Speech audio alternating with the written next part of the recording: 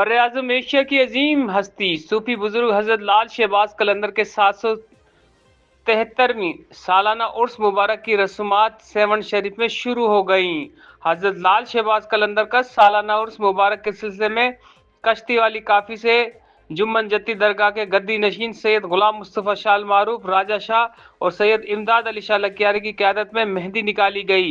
मेहंदी की तकरीब में सेवन शरीफ के 14 काफियों के सरबराहान और अकीदतमंदों की बड़ी तादाद ने शिरकत की। ये काफिला कदीम और रिवायती रास्तों से होता हुआ दरगाह हजरत लाल शहबाज कलंदर की दरबार पर पहुंचे, जहां मजार पर फूल चढ़ाने के बाद दुआ मांगी गई। मेहंदी की यह रस्म बहुत कदीमी है जो हर साल इंतहाई अकीदत और एहतराम से मनाई जाती है।